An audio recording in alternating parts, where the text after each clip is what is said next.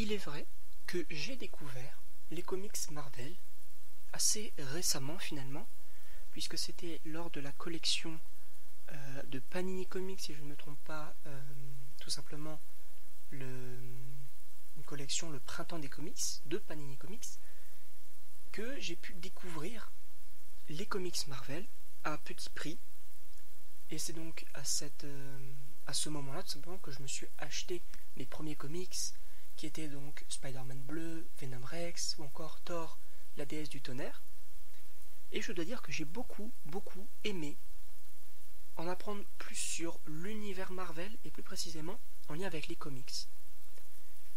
Par la suite, bien sûr, on a eu une autre collection de Panini Comics concernant donc les 60 ans de Spider-Man, où là je m'en suis acheté quand même pas mal. Et enfin, on a eu donc les grandes sagas. Puis je crois qu'il y a quelques semaines, je crois qu'ils ont lancé une collection spéciale sur les super-héroïnes. Très intéressant. Et donc, aujourd'hui, j'aimerais donc lancer une nouvelle rubrique sur la chaîne. De toute manière, si vous avez cliqué sur la vidéo, c'est que vous savez donc de quoi il s'agit. Donc, ce sont donc les review comics, où je vais revenir en fait sur des gros comics que j'ai vus, les gros events, pour en parler, pour donner mon avis, pour vous les conseiller ou non, parce que je ne me voyais pas faire une review comics sur chaque comics que j'ai lu, parce qu'il y en a qui n'étaient pas très intéressants, mais plus sur les gros events, les gros regroupements, les gros arcs des comics. Et on commence tout de suite avec donc le premier épisode consacré sur le comics donc Civil War. Civil War qui, comme donc histoire globale, vous le savez si vous avez vu donc, le film Civil War, c'est donc des enjeux très politiques où les super-héros vont devoir donc enlever leur masque s'ils veulent continuer tout simplement leurs activités super-héroïques, contrôlées donc par l'État. Et donc bien sûr on va avoir donc deux camps, le camp d'Iron Man, le camp de Captain America, les opposés finalement. Et je veux dire que j'ai beaucoup aimé ce comics, cette histoire. Je crois que je l'ai lu en même pas 2 heures. Vraiment, je l'ai rushé. Voilà, ça m'a intéressé. J'ai enchaîné les chapitres. Je crois qu'il y a 6 chapitres, si je ne me trompe pas. Et il me semble que le dessinateur a notamment travaillé sur Old Man Logan, tout comme d'ailleurs le scénariste du comics. Et donc, j'ai beaucoup aimé. Et notamment, je sais qu'il y a 2 passages, ou en tout cas 2 planches, pour utiliser le vocabulaire des comics, 2 planches de comics qui m'ont extrêmement plu. Et notamment celle, bien sûr, donc le combat mythique entre Captain America et Iron Man. Voilà, on voit que les deux ont leur costume, ou en l'occurrence pour Iron Man, leur armure abîmée par le combat. Cette scène, bien sûr, elle est fantastique et elle était reprise d'ailleurs dans le film Civil War. Mais il y a une autre planche qui m'a particulièrement marqué. C'est à la fin d'un chapitre, je ne me souviens plus vraiment lequel, on a tout simplement donc Spider-Man dans le camp d'Iron Man qui va se rendre compte en fait qu'il n'est pas dans le bon camp, et puisque il voit donc toutes les catastrophes que la bataille mène, il voit donc le cyborg, le Thor entre guillemets, créé par notamment Tony Stark, Hank Pym et Reed Richards, donc a tué Goliath.